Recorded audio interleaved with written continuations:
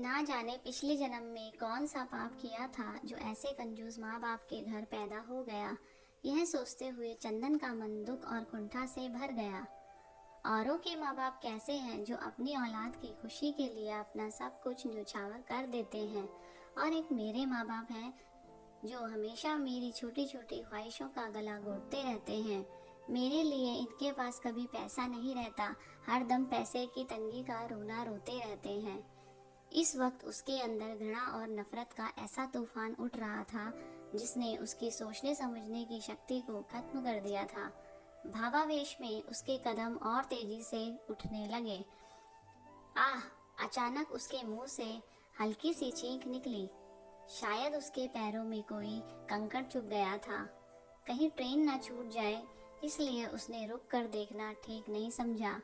एक पैर उठाकर उसने जूते के नीचे से कंकड़ निकाला और तेज कदमों से आगे बढ़ गया। थोड़ी ही देर में वह अपने कस्बे के छोटे से रेलवे स्टेशन पर पहुंच गया। टिकट तो उसे लेना नहीं था, इसलिए वह सीधा प्लेटफॉर्म पर पहुंच गया। प्लेटफॉर्म पर खड़े होकर उसने मोबाइल निकाल कर देखा। सुबह के 5 बज रहे थे। ट्रेन अपने समय से आधे घंटे देरी से चल रही थी। वह पास में मौजूद कुर्सी पर बैठ गया और ट्रेन का इंतजार करने लगा।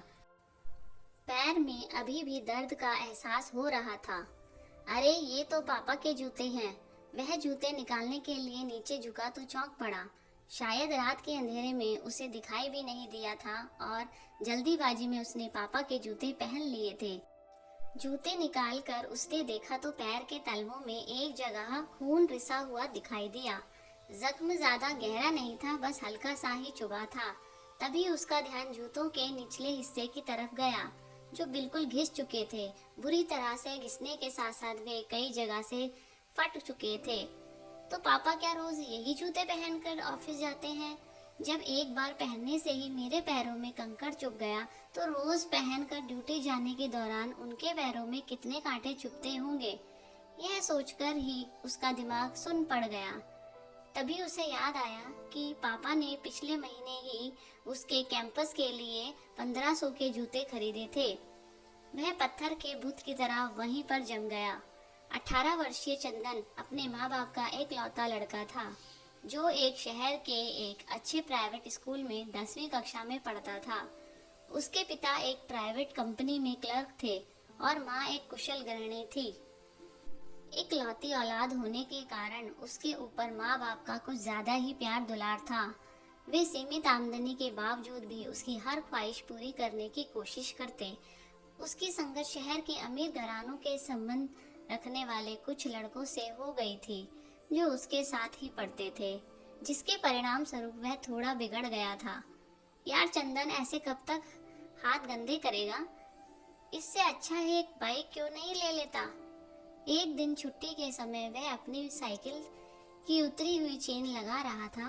तभी उसके दोस्त अमित ने टोक दिया। हाँ यार, अमित ठीक कह रहा है। सौरभ ने भी अमित की बात का समर्थन किया। वे दोनों बाइक से स्कूल आते थे।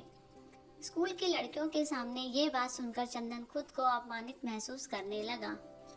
उनकी ये बात उसके दिल में चुभ गई। मम्मी, मुझे बाइक चाहिए। स्कूल से घर आते ही उसने अपनी मांग रख दी। बेटा, तू तो जानता ही है कि एक तेरे पापा की सैलरी पर पूरा घर चलता है। वे इतनी बड़ी रकम कहाँ से लाएंगे? माँ ने उसे समझाया। मैं कुछ नहीं जानता, मुझे किसी तरह बाइक चाहिए। इतना कहकर वह क्रिकेट खेलने चला गया। रात को माँ ने पापा से यह बात कही तो पापा कुछ नहीं बोले। शायद उन्होंने सोचा कि उसने ऐसे ही बोल दिया होगा, सो उन्होंने इसे गंभीरता से नहीं लिया। पापा, मेरी बाइक का क्या हुआ? 3-4 दिनों के इंतजार के बाद उसने एक दिन पापा से पूछ लिया। बेटे, अभी पैसे की थोड़ी परेशानी चल रही है, 2-3 महीने रुक जाओ, मैं दिलवा दूंगा। पापा बड़े प्यार से बोले।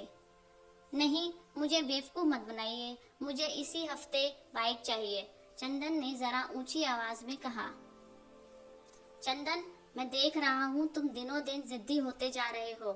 उसके चिल्लाने पर पापा ने थोड़ी सख्ती दिखाई। यह सुनकर चंदन पैर पटकते हुए बाहर चला गया।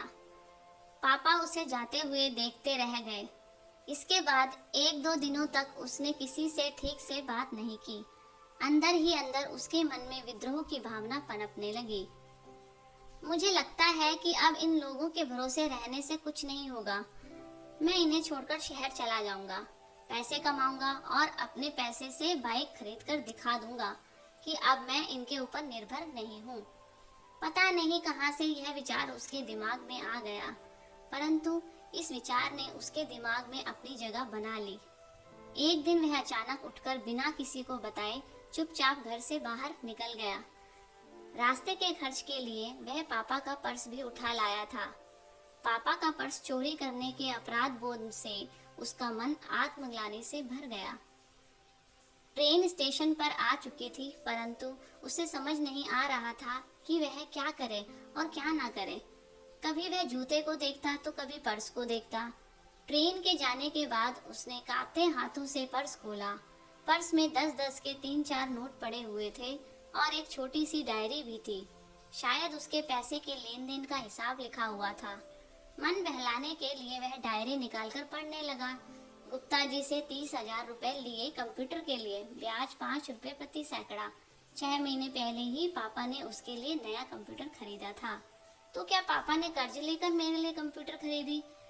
पढ़ते ही उसे झटका लगा। वह सोचता था कि पापा कंजूसी से पैसा बचाकर ब्याज पर चलाते हैं, परंतु उन्होंने तो उसके शौक पूरे करने के लिए हजारों रुपए का खर्च ले लिया था।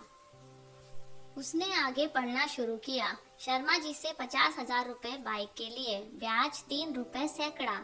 दिन और तारीख बीते कल की ही थी, यानी पापा फिर उसके लिए। उसकी आंखों से आंसुओं की धारा फूट पड़ी।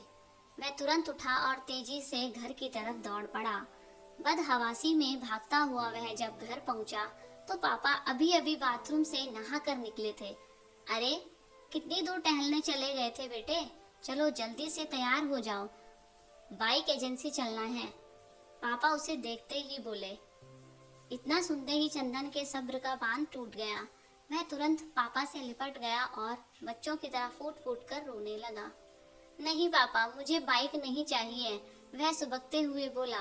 अरे क्या हुआ, क्यों रो रहे हो और बाइक क्यों नहीं चाहिए? मैंने लोन की सारी प्रक्रिया पूरी कर ली है।